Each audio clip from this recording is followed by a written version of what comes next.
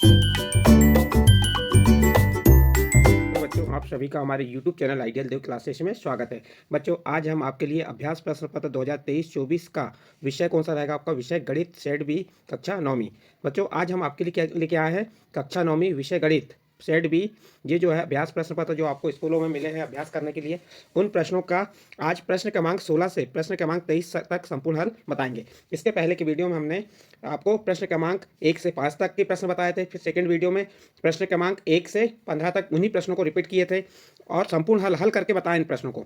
और इस पेपर को हल करने का समय कितना है? 3 घंटे। और पूर्णांक कितने हैं आपके? 75। सब आपको मालूम है, ये निर्देश है, निर्देश पढ़ लीजिए। अब हम आपको प्रश्न 1 से थोड़ा थोड़ा रिपीट करते हुए चलते हैं। देखिए, ये सही विकल्प हो गए, आपको हमने बता दिए। पहले का बी नंबर, दूसरे का बी नंबर, तीसरे का बी नंबर, ये हमने इसके पहले की वीडियो में समझा चुके हैं। चौथे का सी नंबर, पांचवें का डी नंबर, छठवें का ए नंबर। इसको मात्र रिवाइज करा दे रहे हैं आपको। रिक्त स्थानों में पहले में सतत आएगा, दूसरे में एक्स आएगा, तीसरे में समानांतर, चौथे में 60, पांचवें में समकोण, छठवें में न्यूनकोण। इसके बाद तीसरे प्रश्न में पहला, दूसरा, तीसरा सत्य है, चौथा असत्य, पांचवा सत्य और छठवां असत्य। इसके बाद आपका नेक्स्ट चौथा प्रश्न है, इसमें सही जोड़ी का मिलान करना था, तो ये सही जोड़ी उसके सामने लिख के बता दी, आप एक नज़र देख सकते हैं। हम इतनी स्पीड से इसलिए बता रहे हैं क्योंकि इसके वीडियो हमने इसके पहले बना चुके हैं, आपको बता चुके हैं। आप जाके उस वीडियो में देख सकते हो, उसमें डिटेल समझाएं। ये आपका प्रश्न क्रमांक 5 का हल हो गया। इसके बाद ये आपका प्रश्न क्रमांक 6 है। इसके बाद नेक्स्ट आपका प्रश्न क्रमांक 7, प्रश्न क्रमांक 8, प्रश्न क्रमांक 9, सॉरी, ये प्रश्न क्रमांक 9, ये आपका 7, 8 बार छूट चुका है गलती से हमसे, फिर से आपको 8 का बता देंगे। 9, 10, 11, 12, ये 13, 14, 15 प्रश्न तक हमने इसके पहले की वीडियो में आपको बता चुके हैं, हल करके बताएं एक एक को। इसके बाद आज हम आपके लिए प्रश्न क्रमांक 16 से स्टार्ट करेंगे। प्रश्न क्रमांक 16 क्या है? ध्यान दीजिए। ए बी सी डी एक समानांतर चतुर्भुज है, इस प्रकार है कि कोण ए 70 अंश, तो कोण बी का मान ज्ञात कीजिए। प्रश्न को समझ लीजिए। ए बी सी डी क्या है? एक समानांतर चतुर्भुज जिसमें कोण ए, ये कोण ए है, इस कोण ए की माप कितनी है? 70 अंश है। तो कोण बी की मान ज्ञात करना, आपको इस कोण की माप ज्ञात करना है। तो आप क्या लिख देंगे? जो दिया है वो लिख दीजिए। क्या लिखेंगे?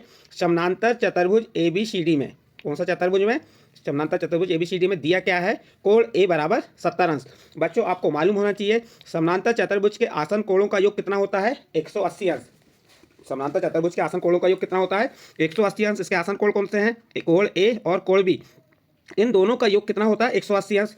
तो ये लिख दिया हमने, कोण ए धन कोण बी बराबर 180 अंश। हमें कोण ए का मान मालूम है कितना? 70 अंश, धन कोण बी बराबर 180 अंश। हम धन 70 का बराबर के इस पार पक्षांतर करेंगे तो क्या हो जाएगा? धन का ऋण में बदल जाएगा। तो कोण बी बराबर क्या हो जाएगा? 180 ऋण 70 अंश। और 180 में से 70 घटाएंगे तो कितना आ जाएगा? 110। तो कोण बी की माप कितनी हो गई? 110 अंश। यहाँ पे अंश कर सकते हैं आप, 110 अंश। और जो आपको कोण बी की माप ज्ञात करने को कहा था, आपको कोण बी की माप ज्ञात करके बता दी है। इसके बाद इसी का अथवा का प्रश्न है। एक आयत का एक विकर्ण, एक आयत का एक विकर्ण आयत के तरफ 25 अंश पर झुका हुआ है। इसके तरफ, आयत की तरफ 25 अंश पर झुका हुआ है, तो विकर्णों के बीच का न्यूनकोण का मान ज्ञात कीजिए। तो देखिए इस प्रश्न को कैसे हल किए हैं। देखिए ये आयत बना दी हमने, ये बन गया आयत। कौन सा? ए बी सी डी एक आयत हो गया। इसमें दो विकर्ण हो गए, ए सी और डी बी क्या होगा? विकर्ण। और इसमें एक कोण जो है एक विकर्ण पे कितने अंश पे झुका हुआ है? 25 अंश पे। तो ये 25 अंश पे झुका हुआ है और आपको ज्ञात करने को क्या कहा है? इसमें 25 अंश झुका है, तो विकर्णों के बीच की दूरी ज्ञात करना है। तो आपको विकर्णों के बीच की दूरी कैसे ज्ञात करेंगे? चलिए देखते हैं। विकर्णों के बीच की दूरी सबसे पहले हम लिख देंगे समानांतर, सॉरी यहाँ समानांतर लिख दी हमने। जो आपका ये प्रश्न जो है आयत, यहाँ क्या लिखना था? आयत लिख दे रहे हैं हम, आयत, सॉरी ध्यान दीजिए, फिर से इसको रिपीट कर दे रहे हैं। यहाँ पे आपका क्या आ जाएगा? समानांतर चतुर्भुज नहीं है, आयत है, आयत। तो यहाँ पे क्या लिख लेंगे आप? आयत। इस प्रकार से आयत लिख देंगे। आयत ए बी सी डी में, ये हमारा आयत हो गया ए बी सी डी में, जिसमें ए सी बराबर बी डी। ये जो ए सी क्या है? एक विकर्ण है, और ये क्या होता है? बी डी विकर्ण है। और आयत के विकर्ण आपस में कैसे होते हैं? बराबर होते हैं। तो हमने लिख दिया चूंकि ए सी बराबर बी डी कैसे हैं? बराबर। ये आयत के विकर्ण बराबर होते हैं, साइड में बता देंगे। फिर हमने लिखे आधा 1/2 ए सी, दोनों साइड हमने 1/2 का गुणा किए, तो 1/2 ए सी, 1/2 ए सी धन 1/2 बी डी बराबर क्या हो गया? ये आधा हो गया। तो ए सी आधा कैसे होगा? तो ए सी आधा का मान क्या होगा? ओ ए, और बी डी आधे का मान कितना होगा? O D. ये देखो, ये ओ ए और ओ डी ले लिए ओ डी, क्योंकि ए ओ बी में त्रिभुज ए ओ बी में ओ ए, ये जो ओ ए है ओ डी के कैसे है? बराबर है। इसलिए कोण ओ बी ए बराबर होगा कोण ए ओ बी के। कोण ए ओ सॉरी ए बी ए और ओ ए बी, ये कैसे होंगे, बराबर होंगे। और एक कोण इसका कितने अंश का है, 25 अंश का ये कोण है, तो ये कोण भी कितने अंश का होगा, 25 अंश का। जब हमें दो कोण मालूम हो गए, त्रिभुज का तीसरा कोण निकालना है। तो हमारा त्रिभुज कौन सा है, त्रिभुज ए ओ बी के तीनों कोणों का योग कितना होगा, 180 अंश। तो दो कोण की माप कितनी है, 25 25 50 हो गई। और एक कोण कौन सा था हमारा, ए ओ बी बराबर 180 अंश। अब 50 जोड़ दी, इसका पक्षांतर किए, तो कोण ए ओ बी बराबर क्या होगा, 180 में से 50 घटाएंगे तो 130। अब हमें ये त्रिभुज मालूम हो गया 130 अंश। अब इकाइयों के बीच का न्यून कोण ज्ञात करना है। तो कौन सा न्यून कोण, कोण ए ओ डी ज्ञात करना है। कौन सा, ए ओ डी ज्ञात करना है। तो कोण ए ओ डी बराबर क्या होगा, रेखीय युग्म के कोणों का योग कितना होता है, 180 अंश। तो ये वाला कोण 130 अंश का है, तो यहाँ पे जो कोण है कितने अंश का होगा, तो हम 180 में से 130 को घटा देंगे तो हमें मालूम हो जाएगा कि ये दो विकर्णों के बीच का कोण कितने अंश का होगा। ये तो देखो 180 में से 130 को घटाए तो कितने अंश का आ जाएगा, यहाँ पे कोण 50 अंश का। यहाँ पे कितने अंश का कोण बन जाएगा, 50 अंश का। तो अतः विकर्णों के बीच का न्यून कोण कितने अंश का होगा, 50 अंश का। इस प्रकार से आपका जो प्रश्न क्रमांक 16 का अध्याय का प्रश्न कंप्लीट होता है। इसके बाद प्रश्न क्रमांक 17, प्रश्न क्रमांक 17 ये प्रश्न 2 नंबर के, लेकिन सवाल थोड़ा बड़ा है। यदि चंद्रमा का व्यास पृथ्वी के व्यास का लगभग 1/3 है, तो चंद्रमा का पृष्ठीय क्षेत्रफल पृथ्वी के पृष्ठीय क्षेत्रफल की कौन सी भिन्न है। तो आपको यहाँ दिया है चंद्रमा का व्यास, यदि चंद्रमा का व्यास पृथ्वी, चंद्रमा और पृथ्वी कैसी होती है, गोल होती हैं, तो ये किसका आ जाएगा, गोल का हो जाएगा। चंद्रमा कैसा होता है, गोल, पृथ्वी भी गोल होती है। तो चंद्रमा का व्यास और पृथ्वी का व्यास लगभग 1/3, तो मान लेंगे माना पृथ्वी का व्यास कितना है, डी मात्रक, मात्रक क्या है, इसकी कोई इकाई नहीं दी है। और चंद्रमा का व्यास क्या हो जाएगा, डी बटे 3 मात्रक। अब जब व्यास दिया है, हम इसको हम पृष्ठीय क्षेत्रफल निकालना, तो हमको त्रिज्या में बदलना पड़ेगा। तो पृथ्वी की त्रिज्या क्या हो जाएगी, व्यास डी है, तो त्रिज्या क्या होती है, आधी, तो डी बटे 2 मात्रक। अब चंद्रमा की त्रिज्या r2, इसको r1 नाम दी, इसको r2, तो ये व्यास कितना है, डी बटे 3 है, तो त्रिज्या क्या हो जाएगी, डी भागित आधी होगी, यानी कि जो 3 है उसमें 2 का गुणा कर देंगे, 3 दूनी 6, डी बटे 6 मात्रक। ये क्या हो गया, हमने व्यास और त्रिज्या निकाल लिए। अब पृष्ठीय क्षेत्रफल का सूत्र लगाएंगे, किसका, पृथ्वी का पृष्ठीय क्षेत्रफल 4 पाई आर का r1 का वर्ग, 4 पाई जैसा का वैसा। r1 का मान क्या है, d2, डी भागित 2, डी भागित 2 है पूरे का वर्ग, 4 पाई डी का वर्ग और 2 का वर्ग 4, ये 4 से 4 क्रॉस हो गया, पाई डी का वर्ग, ये पृथ्वी का पृष्ठीय क्षेत्रफल आ गया। इसी प्रकार किसका, चंद्रमा का पृष्ठीय क्षेत्रफल निकाल लेंगे, इसका सूत्र क्या होगा, सूत्र वही रहेगा, बस त्रिज्या r, इसमें क्या रहेगी, चंद्रमा की त्रिज्या को हमने r2 माने हैं, तो यहाँ r2 लिख देंगे, 4 पाई r2 का वर्ग। और इसको हम पृष्ठीय क्षेत्रफल को S1 नाम दिए, किसके, पृथ्वी के, और चंद्रमा के पृष्ठीय क्षेत्रफल को S2 नाम दिए। अब चलिए मान रख देते हैं, 4 पाई r2 का मान कितना है, डी बटे 6 पूरे का वर्ग, 4 पाई डी का वर्ग और 6 का वर्ग 36, और 4, ये 4 से वाले 4 से हम 36 को कितने बार काट दिए, 9 बार, 4 एकम 4, 4 नाम 36, और पाई का डी में गुणा की, तो पाई डी स्क्वायर भागित 9। ये S1 और S2 मालूम हो गया, पृथ्वी का पृष्ठीय क्षेत्रफल और चंद्रमा का पृष्ठीय क्षेत्रफल आपको मालूम हो गया। अब क्या कह रहा है, आयतनों का भिन्न, पृष्ठीय क्षेत्रफल, चंद्रमा के पृष्ठीय क्षेत्रफल और पृथ्वी के पृष्ठीय क्षेत्रफल की कौन सी भिन्न है। यहाँ आयतन लिखनी, आयतन नहीं आएगा उसमें, किसका, पृष्ठीय क्षेत्रफल का भिन्न आएगा। यहाँ पे क्या लिख देंगे, पृष्ठीय क्षेत्रफल, क्षेत्रफल का भिन्न लिख सकते हैं आप, यहाँ लिख दीजिए पृष्ठीय क्षेत्रफल, पृष्ठीय क्षेत्रफल का भिन्न, यही कहा है ना, चंद्रमा और पृथ्वी के पृष्ठीय क्षेत्रफल का भिन्न। तो क्या होगा, भिन्न S1 अपान S2। S1 कितना है आपका, पाई डी का वर्ग, और S2 कितना है, पाई डी स्क्वायर भागित 9। तो S1 का मान ये रख दिए, S2 का मान रखें, ये पाई डी का वर्ग और ये भागफल से गुणनफल में बदले तो 9 ऊपर चले गया और पाई डी का वर्ग नीचे आ गया, पाई डी वर्ग से पाई डी वर्ग क्रॉस हो गया, तो क्या बचा, 9 भागित 1। और यही भिन्न पृष्ठीय क्षेत्रफल का भिन्न क्या आ जाएगा, 9 भागित 1। इस प्रकार से बच्चों आपका प्रश्न नंबर 16 का प्रश्न कंप्लीट होता है। उसका 8वां प्रश्न देख लेते हैं। 8वां प्रश्न क्या है, 14 सेंटीमीटर व्यास वाले गोले का आयतन ज्ञात कीजिए। देखिए इसमें आपको क्या ज्ञात करना है, गोले का आयतन। जब गोले का आयतन ज्ञात करने को कह रहा है तो आपको गोले के आयतन का सूत्र मालूम होना चाहिए। और यहाँ पे 14 सेंटीमीटर व्यास है, तो व्यास को त्रिज्या में बदलते आना चाहिए। तो गोले के आयतन का सूत्र क्या होता है, 4/3 पाई आर का घन। तो चलिए यहाँ पे हम गोले के आयतन का सूत्र लगा देते हैं। तो क्या क्या दिया है, गोले का व्यास दिया है 14 सेंटीमीटर, तो त्रिज्या आर बराबर कितनी हो जाएगी, 7 सेंटीमीटर। क्या होती है, व्यास की आधी त्रिज्या होती है।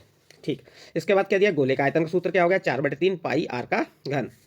4/3 पाई का मान क्या होता है, 22/7।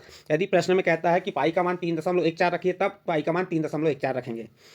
तो यहाँ पाई का मान 22/7 हो गया। और आर त्रिज्या कितनी है आपकी, 7, 7 की घात 3, 4/3 22/7, 7 गुणित 7 गुणित 7, 7 को कितने बार लिख दिए हमने, 3 बार लिख दिए। अब 4 का 22 में गुणा किए, 88 हो गया। 1 7 से 1 7 कैंसिल हो गया, और यहाँ 7 का गुणा 7 में की तो 49 आ गया। फिर आपको क्या करना है, 88 का 49 में गुणा करेंगे। जब 88 का 49 में गुणा करेंगे तो आपको क्या प्राप्त होगा, 4312 भागे 3। अब 3 का भाग इसमें देंगे तो कितने बार आएगा, देखो 3 एकम 3, बच गया 1, उतारे 3 13, 3 चौके 12, बच गया 1, तितर का 9, बच गया 2, हो गया 22, 3 सत्ते 21, 1437.33 घन सेंटीमीटर। ये क्या आ गया आपका गोले का आयतन, और अंत में उत्तर में लिख देंगे अतः गोले का आयतन 1437.33 घन सेंटीमीटर है। इस प्रकार से बच्चों आपका जो कौन सा प्रश्न था, प्रश्न 17 का दोनों प्रश्न कंप्लीट होते हैं। इसके बाद आपका प्रश्न नंबर 18 आता है। क्या कह रहा है, यदि एक समानांतर चतुर्भुज के विकर्ण बराबर हों तो दर्शाइए कि वह एक आयत है। देखिए बच्चों, ये एक समानांतर चतुर्भुज बना सकते हैं, या आयताकार बना है। यहाँ पे जो विकर्ण होते हैं कैसे हैं, क्या कह रहा है, समानांतर चतुर्भुज के विकर्ण बराबर हों। तो दिया है जो आपके विकर्ण कौन सा, AC और BD कैसे हैं, बराबर हैं। तो आप क्या करेंगे, सबसे पहले क्या लिख देंगे, समानांतर चतुर्भुज ABCD के विकर्ण कौन से हो गए, AC और BD कैसे हैं, बराबर। ये दिया है। यहाँ त्रिभुज कौन कौन से बन गए, ये त्रिभुज ABC एक त्रिभुज हो गया, और दूसरा त्रिभुज कौन सा हो गया, DCB। कौन कौन से त्रिभुज हो गए आपके, ये ABC हो गया और DCB में यहाँ AB, ये जो AB है, AB किसके बराबर है, DC के बराबर है। क्यों बराबर है, क्योंकि समानांतर चतुर्भुज की समभुज भुजाएं कैसी होती हैं, बराबर। तो ये लिख दिया हमने AB बराबर DC। फिर AC बराबर DB, ये AC बराबर DB जो विकर्ण है ये कैसे हैं, बराबर है, क्योंकि प्रश्न में ही बोला है समानांतर चतुर्भुज के विकर्ण बराबर है। तो ये आपका दिया है।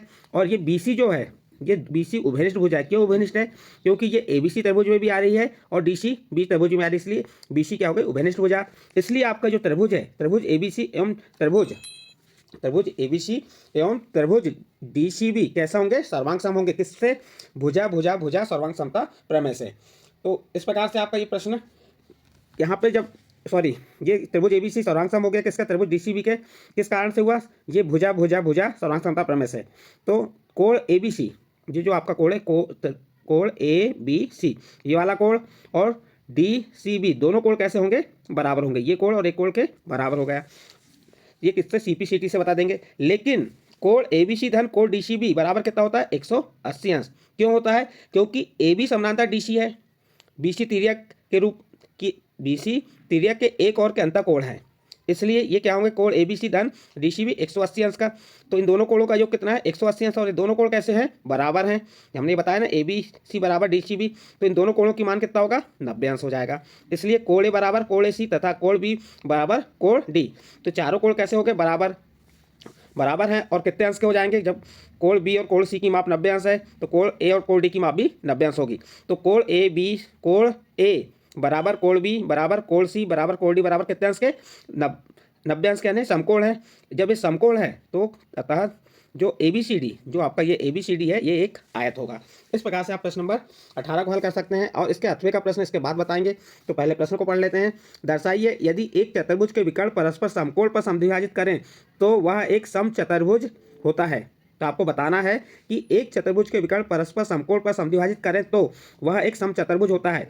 देखिए इसका हल कैसे किया, 8वें का यहाँ क्या लिखेंगे, एक आप समचतुर्भुज बना देंगे और इसके विकर्ण, ये जो विकर्ण है, ये विकर्ण एक दूसरे को समद्विभाजित कर रहे हैं। और आपको ये सिद्ध करना है कि क्या सिद्ध करने को कह रहा है, इसमें दिया तो आपको क्या है, एक चतुर्भुज के विकर्ण परस्पर समकोण पर समद्विभाजित कर रहे हैं। तो ये सिद्ध करके बताना है कि एक समचतुर्भुज है, ये जो विकर्ण है AC और BD, ये क्या कर रहा है, एक दूसरे को ABCD ये एक दूसरे को कहाँ पे प्रतिच्छेद कर रहे हैं, समकोण पे। ये यहाँ पे क्या बन रहा है, आपका समकोण बन रहा है। यहाँ क्या बन रहा है, समकोण बन रहा है।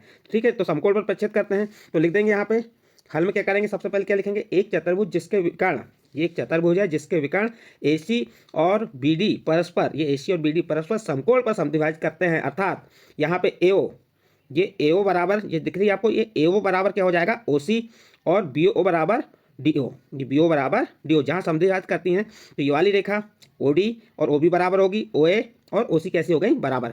इसे समीकरण नंबर 1 दे दीजिए।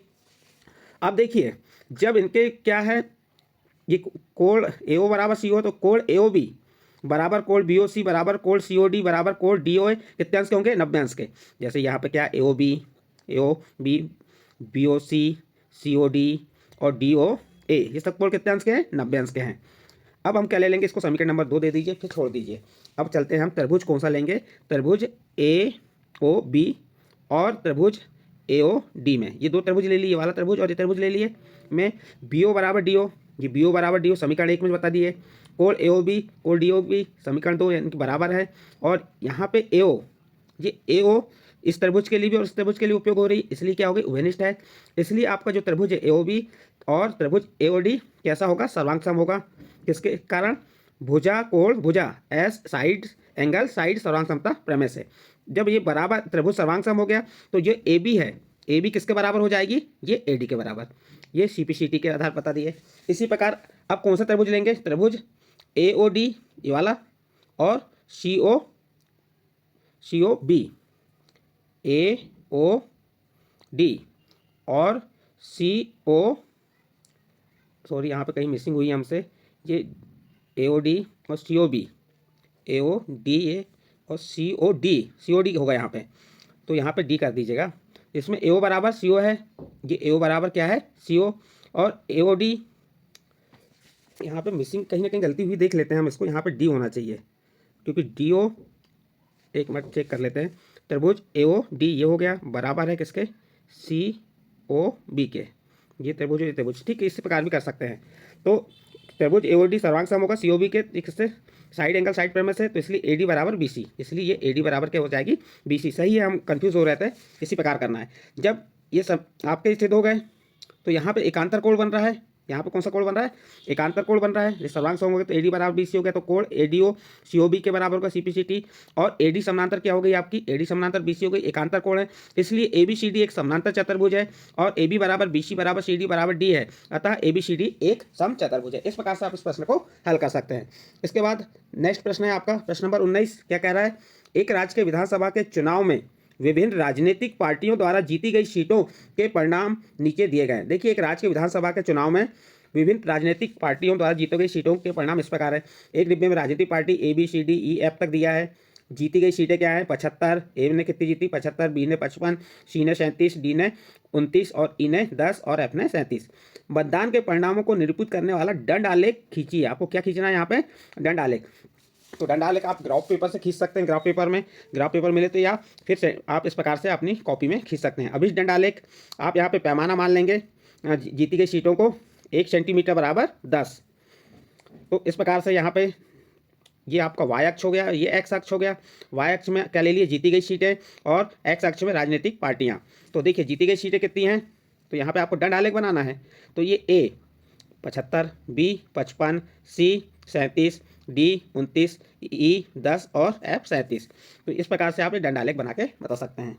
नेक्स्ट है अगला प्रश्न, अथवा का, एक परीक्षा में एक कक्षा के 51 विद्यार्थियों द्वारा 100 में से प्राप्त किए गए अंक निम्न सारणी में दिए गए हैं। देखिए यहाँ से एक परीक्षा में 51 विद्यार्थियों द्वारा 100 में से प्राप्त अंक दिए गए हैं। जैसे 0 और 10 के बीच में कितने, 5 विद्यार्थी हैं, 10 से 20 के बीच में 10 ये दिए हुए हैं, इसे आप पढ़ लीजिएगा, टोटल 51 विद्यार्थी हो गए। इस बारंबारता बंटन सारणी के संगत बारंबारता बहुभुज बनाइए। तो आप इस प्रकार से 0 से 10 में कहाँ तक चल जाएंगे, ये 5 तक, 10 से 20 में कितना कहा है, तो ये 10, 20 से 30 में 4, 30 से 40 में 6। तो इस प्रकार से आप क्या बना सकते हैं, संगत बारंबारता बहुभुज बना सकते हैं। इस प्रकार बच्चों आपका जो प्रश्न क्रमांक 19 का दोनों प्रश्न कंप्लीट होते हैं। इसके बाद आपका प्रश्न क्रमांक 20 आता है, और इंपॉर्टेंट प्रश्न है। क्या है ये प्रश्न, एक शंकु के आधार का व्यास 24 सेंटीमीटर है और तिर्यक ऊंचाई 21 सेंटीमीटर है, इसका कुल पृष्ठीय क्षेत्रफल ज्ञात कीजिए। देखिए यहाँ पे शंकु के आधार का व्यास दिया है 24 सेंटीमीटर, तिर्यक ऊंचाई 21 सेंटीमीटर, और बेलन का कुल पृष्ठीय क्षेत्रफल आपको ज्ञात करना है। जो दिया है वह लिख दीजिए। शंकु के आधार का व्यास कितना है, 24 सेंटीमीटर। जब व्यास 24 है तो आधार की त्रिज्या कितनी हो जाएगी, 12 सेंटीमीटर। 24 का आधा, 2 का भाग 24 में दे दीजिए, आपको मालूम हो जाएगा। तिर्यक ऊंचाई कितनी हो गई, 21 ये दी हुई है। और क्या ज्ञात करना, शंकु का पृष्ठीय क्षेत्रफल। शंकु के पृष्ठीय क्षेत्रफल का सूत्र क्या है, पाई आर कोष्टक में आर धन एल। ये किसका, या शंकु का पृष्ठीय क्षेत्रफल सूत्र आपको याद होना चाहिए। क्या है, पाई आर कोष्टक में आर धन एल। अब यहाँ मान वैल्यू रख देंगे, आप मान रख देंगे यहाँ पे। पाई का मान क्या होता है 22/7, आर कितनी है आपकी 12, आर 12 और एल तिर्यक ऊंचाई 21। ये 22/7, 12 में 21 को जोड़े 33, और 22 गुणित 12 गुणित 33 किए तो कितना आ गया 8712, और 8712 में 7 का भाग दे देंगे तो आपको क्या प्राप्त होगा 1244.57 वर्ग सेंटीमीटर। और ये क्या है, शंकु का पृष्ठीय क्षेत्रफल। इस प्रकार से लिख देंगे, अतः शंकु का पृष्ठीय क्षेत्रफल 1244.57 वर्ग सेंटीमीटर है। इस प्रकार बच्चों आपका प्रश्न क्रमांक 20 कंप्लीट हुआ। अब इसके अथवा वाला प्रश्न देख लेते हैं। क्या दिया अथवा का प्रश्न, 10 सेंटीमीटर त्रिज्या वाले अर्धगोले का कुल पृष्ठीय क्षेत्रफल ज्ञात कीजिए। देखिए यहाँ पे 10 सेंटीमीटर किसकी त्रिज्या है, अर्धगोले की, तो लिख दिए। जो दिया वह लिख लिए। अर्धगोले की त्रिज्या r बराबर कितनी है 10 सेंटीमीटर, और क्या ज्ञात करना है आपको? कुल पृष्ठीय क्षेत्रफल किसका? अर्धगोले का। यहाँ लिख दिया अर्धगोले का कुल पृष्ठीय क्षेत्रफल का सूत्र क्या होता है? 3 पाई आर का वर्ग। 3 पाई का मान 22/7, आर का मान 10 का वर्ग। 3 गुणित 22/7, 10 का वर्ग कितना होता है? 100। अब क्या की हमने 3 का 22 में गुणा की 66 और 66 का 100 में गुणा की तो 6600 और 6600 में 7 का भाग देंगे कितना प्राप्त होगा? 942.85 वर्ग सेंटीमीटर। और यह क्या हो गया आपका? अर्धगोले का कुल पृष्ठीय क्षेत्रफल कितना हो गया? 942.85 वर्ग सेंटीमीटर। इस प्रकार से आपका कौन सा प्रश्न नंबर 20 कंप्लीट होता है। इसके बाद नेक्स्ट प्रश्न आता है आपका प्रश्न नंबर 21। बहुत सरल प्रश्न है और एक सब 4 अंक के प्रश्न है आपका। 21, 22, 23 से 4 अंक के। अभी तक कितने अंक के प्रश्न बताए थे? 3 अंक वाले। ये 3 अंक वाले थे। अब कौन से प्रश्न चालू होते हैं आपके? 4 अंक वाले। क्या कह रहा है इसमें? गुणनखंड प्रमेय लागू करके बताइए gx px का एक गुणनखंड है अथवा नहीं। आपको गुणनखंड क्या दिया है? यहाँ पे आपका बहुपद क्या दिया है? px बराबर 2x की घात 3 धन x का वर्ग ऋण 2x ऋण 1 तथा gx का मान कितना है? x धन 1। अब इसे हल करेंगे हम। तो यहाँ लिख दिए gx बराबर क्या दिया आपका? x धन 1 का शून्य क्या होगा? ऋण 1। जो आपका gx है, gx में x धन 1 का gx का शून्य क्या हो गया? x धन 1 का शून्य ऋण 1 हो गया, x बराबर ऋण 1। और इस ऋण 1 को आप इस जो px में पुटअप कर दीजिए। px 2x की घात 3 धन x का वर्ग ऋण 2x ऋण 1 में क्या करेंगे? जो x का मान ऋण 1 है रख देंगे। ये x का मान ऋण 1, x का मान ऋण 1 की घात 3 धन x का मान ऋण 1 का वर्ग ऋण 2 x का मान ऋण 1 फिर ऋण। अब इसे हल करेंगे। 2 गुणित ऋण 1 की घात 3 यानी ऋण 1 हो जाएगा। यदि 1 गुणित यानी जब घात विषम है तो चिन्ह कौन सा आएगा? ऋण। धन ऋण 1 का वर्ग धन 1, ये ऋण का ऋण में गुणा किए, धन 2 एकम 2 ऋण। अब क्या करेंगे? 2 का ऋण 1 में गुणा किए तो ऋण 2, ये धन 1 जैसा का वैसा, धन 2 जैसा का वैसा, ऋण 1 जैसा का वैसा। ये ऋण 2 से धन 2 क्रॉस हो गया और धन 1 से ऋण 1 क्रॉस हो गया, यानी कि ऋण 2 में से धन 2 को घटा दिए तो और धन 1 में से ऋण 1 को घटाया तो क्या प्राप्त हुआ? हमें शून्य प्राप्त हो गया। जब हमें शून्य प्राप्त हो गया है तो यह गुणनखंड प्रमेय के आधार पर gx बहुपद px का गुणनखंड है। gx px का एक गुणनखंड है या नहीं पूछा था, तो आप कहेंगे gx px का एक गुणनखंड है, क्योंकि जब हम उसे हल किए उसके मान उसके शून्य पुटअप किए तो उसकी वैल्यू क्या आ गई? शून्य आ गई। इसके प्रकार प्रश्न नंबर 21 कंप्लीट यहाँ पे। अब इसका अथवा वाला प्रश्न करेंगे। घना जिसका आयतन नीचे दिया गया है, विमाओं के लिए संभव व्यंजक क्या है? यहाँ हम प्रश्न हमको कंफ्यूज कर रहा है। आयतन जब हमें आयतन की बात कर रहा है तो आयतन में लंबाई चौड़ाई और ऊंचाई होती है और यहाँ इसकी पावर 2 आ रही है, यानी कि यहाँ पे लंबाई चौड़ाई चाहिए तो इसकी पावर यहाँ पे कितनी होगी? 3। तो सही प्रश्न आपका ये वाला है, 3x की घात 3 ऋण 12x। तो घनाभ का आयतन कितना है? 3x की घात 3 ऋण 12x। 3x कॉमन ले ली हमने तो यहाँ क्या बचा? x वर्ग ऋण 4। 3x x वर्ग ऋण 4 किसका वर्ग होता है? 2 का वर्ग। और ये x का वर्ग ऋण 2 का वर्ग, तो यहाँ सूत्र लगा देंगे a का वर्ग ऋण b का वर्ग बराबर a ऋण b, एक कोष्टक में दूसरे कोष्टक में a धन b। और इसको 2 बार लिख देंगे जैसा का वैसा, x एक कोष्टक में x ऋण 2, एक कोष्टक में x धन 2। अतः विमाओं के लिए संबंध व्यंजक कौन से हो गए? 3x x ऋण 2 एवं x धन 2 है। इस प्रकार से आपका ये प्रश्न नंबर कौन सा प्रश्न था? प्रश्न 21 का अथवा वाला प्रश्न कंप्लीट होता है। इसके बाद आपका आता है प्रश्न क्रमांक 22। क्या कह रहा है? ये भी 4 अंक का है। सिद्ध कीजिए कि एक वृत्त के केंद्र से जीवा। सबसे पहले आप क्या बना देंगे? एक वृत्त बना देंगे और उसका केंद्र क्या हो जाएगा? वो हो जाएगा। केंद्र क्या हो जाएगा उसका? वो हो जाएगा। चलिए देखते हैं। इसका एक ये वृत्त बना दिए और एक वृत्त के केंद्र, ये केंद्र हो गया से जीवा। जीवा क्या हो गई? A B. जीवा को समद्विभाजित करने के लिए खींची गई रेखा, ये इसको समद्विभाजित करने के लिए खींची गई रेखा जीवा पर लंब होती है। जो OM खींचे हैं ये AB जीवा पे लंब होती है, यह सिद्ध करके हमें बताना है। तो बहुत सरल प्रश्न है। कैसे हल करना है? सबसे पहले दिया में लिख देंगे हम एक वृत्त जिसका केंद्र O है। एक वृत्त है जिसका केंद्र क्या है? O है एवं जीवा AB, इसकी जीवा क्या हो गई? AB। और O को AB के मध्य बिंदु M से मिलाया। ये O को हमने क्या किया? ये AB के मध्य बिंदु O से मिलाया तो क्या बन गया? OM बन गया। सिद्ध क्या करना है कि ये जो OM AB पे क्या है? लंब है, ये सिद्ध करना है। जैसे जो रेखा OM है ये AB पे लंब है, सिद्ध करना है। कैसे सिद्ध करेंगे देखते हैं, चलिए। अब रचना में लिख देंगे। रचना में हमने जो अलग से जो डैश करके दिए हैं तो ये OM हो गया। OM और OB, O से A को और O से B को मिलाया। अब त्रिभुज कौन सा ले लेंगे हम? त्रिभुज OAM और त्रिभुज तथा त्रिभुज OBM, ये वाला त्रिभुज और ये त्रिभुज ले लिया हमने। इसमें ये OA क्या है? वृत्त की त्रिज्या है। OA बराबर OB, ये भी वृत्त की त्रिज्या है। वृत्त की त्रिज्या कैसी होती है? बराबर। यहाँ लिख दिए OA बराबर OB, ये क्या लिख दी? त्रिज्या है। ये AM और MB कैसे हैं? बराबर है, क्योंकि ये मध्य बिंदु पे है तो AM बराबर MB होगा। फिर OM और OM दोनों त्रिभुज के लिए उपयोग हो रहा है, इसलिए क्या हो गया? ये उभयनिष्ठ हो गया। उभयनिष्ठ है तो देखिए OA बराबर OB, AM बराबर BM, OM बराबर OM, तो इसलिए त्रिभुज कौन सा आपका? OMA त्रिभुज OMB के कैसे होगा?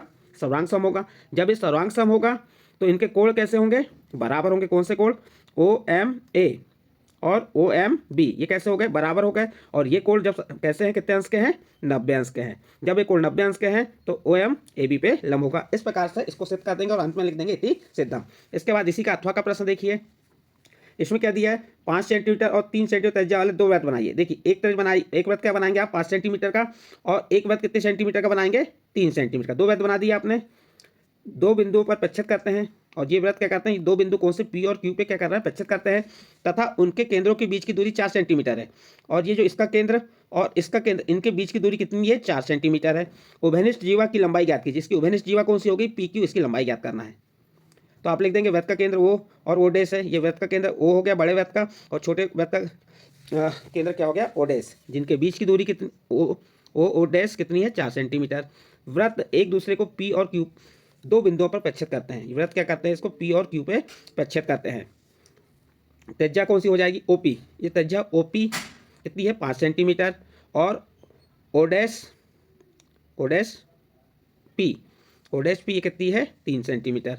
अब क्या करेंगे हम, इसे हल करेंगे।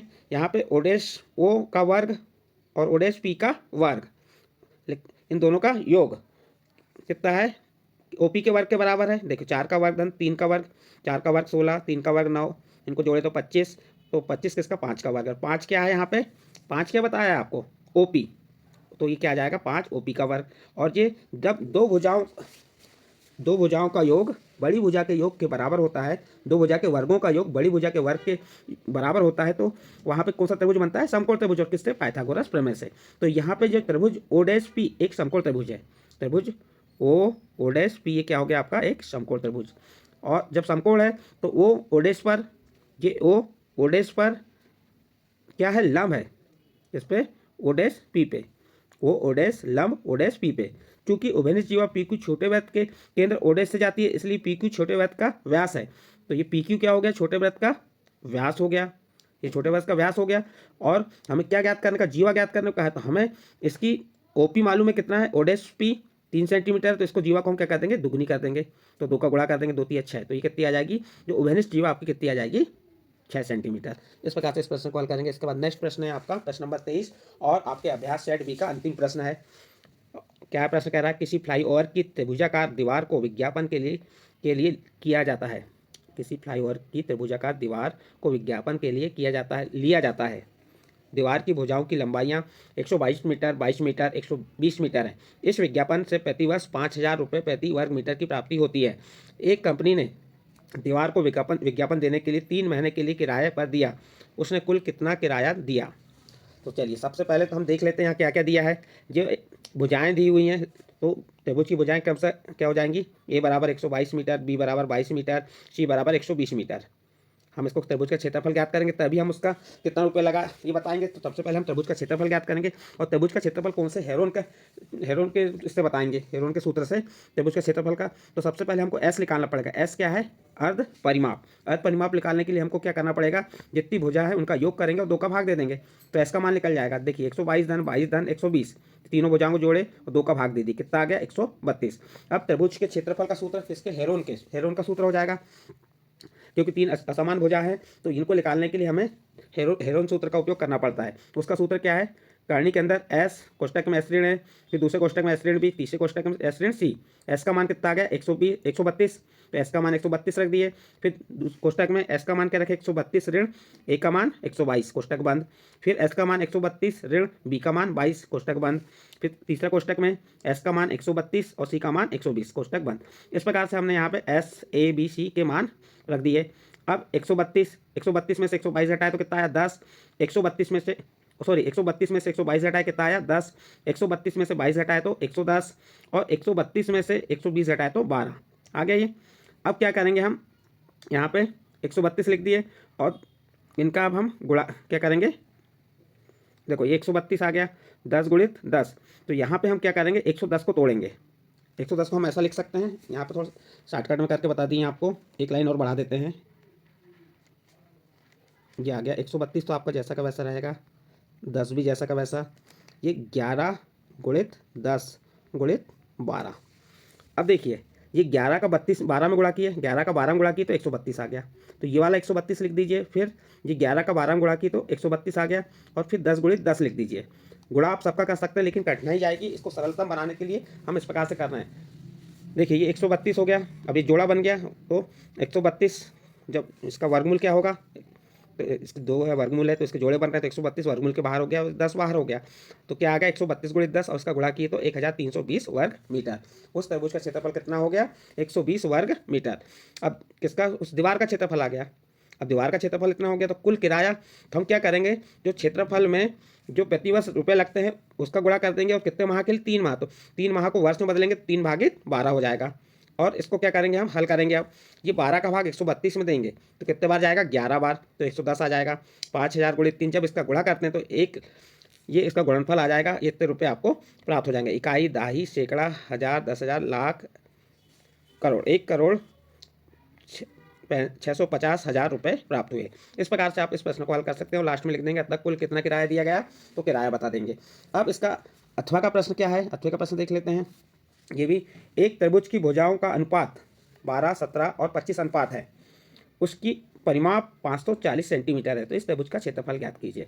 देखिए भुजाएं अलग अलग हैं, तो इसलिए इसमें हेरोन सूत्र का ही उपयोग करेंगे और उससे ही आप निकाल पाएंगे। तो सबसे पहले तो जो भुजाएं अनुपात में दी हैं तो उनको मान लेंगे। माना तरबूज की भुजाएं 12 है तो 12x, 17x और 25x है। और परिमाप कितना दिया है, 540। ये परिमाप कितना हो गया, 540। अब क्या कहते, परिमाप बराबर क्या हो जाएगा, 12x धन 17x धन 25x। ये हो गया आपका। तो इन सबको जोड़ देंगे, जोड़े तो कितना आ गया, 54x बराबर 540। और 54 का पक्षांतर करेंगे, भाग में चले गया, 540 भागे 54। 54 का भाग 540 में देंगे, कितने बार जाएगा, 10 सेंटीमीटर। तो ये x का मान आपको मालूम हो गया, 10 सेंटीमीटर। अब आप क्या निकालेंगे, त्रिभुज की भुजाएं। जैसे ये 12x है तो 12x, x का मान रखे 10 तो कितना हो गया, 120। 17x में x का मान 10 रखे तो 170। 25x में x का मान 10 रखे तो 250। इस प्रकार ये भुजाएं आ गई आपकी ABC। ए का मान 120, बी का मान 170, सी का मान 250। अब इसका परिमाप निकाल लेंगे। परिमाप क्या हो जाएगा, एस बराबर कितना दिया है आपका, भुजाएं परिमाप दिया हुआ है कितना, 540। तो ये 540 भागे 2 का भाग 540 में दिए, 270 सेंटीमीटर आ गया। तो आपको एस का मान ही मालूम हो गया और ये भुजाएं मालूम हो गई ABC। अब त्रिभुज के क्षेत्रफल का सूत्र लगा देंगे इस प्रकार से। एस कोष्टक में एस ऋण है, एस ऋण बी, एस ऋण सी। अब इसमें एस ए बी सी के मान रख दिए, ये रख दिए हमने। ये एस का मान हो गया, ये एस का मान, ये ए का मान, ये एस का मान, बी का मान, ये एस का मान, सी का मान, ये मान रख दी हमने इसमें। अब इसको हल करेंगे। 270 में से 120 घटाएंगे कितना आएगा, 150। 270 में से 170 घटाएंगे 100 आएगा। 270 में से 250 घटाएंगे 20 आएगा। अब इन सब का हम गुणा कर देंगे। गुणा करने पे हमें यह संख्या प्राप्त होगी। अब इस संख्या का वर्गमूल निकालना है। तो 81 का वर्गमूल कितना हो गया, 9। और यहाँ कितने शून्य हैं, 6 शून्य हैं। तो 6 शून्य का वर्गमूल 3 शून्य हो जाएगा। इस प्रकार इस संख्या का वर्गमूल क्या हो जाएगा, 9000 वर्ग सेंटीमीटर। अर्थात त्रिभुज का क्षेत्रफल कितना हो जाएगा, 9000 वर्ग सेंटीमीटर। इस प्रकार बच्चों आपको हमने ये प्रश्न क्रमांक 16 से कक्षा 9वीं के जो प्रश्न थे, प्रश्न क्रमांक 16 से 23 तक प्रत्येक प्रश्नों को यहाँ पे हल करके समझाया। यदि आपको हमारे द्वारा जो प्रश्न बताए गए हैं ये प्रश्न अच्छे लगे हों तो आप हमारे चैनल आइडियल देव क्लासेस को सब्सक्राइब कीजिए, लाइक कीजिए एवं इस वीडियो को अन्य ग्रुप में शेयर कीजिए। ठीक है बच्चों।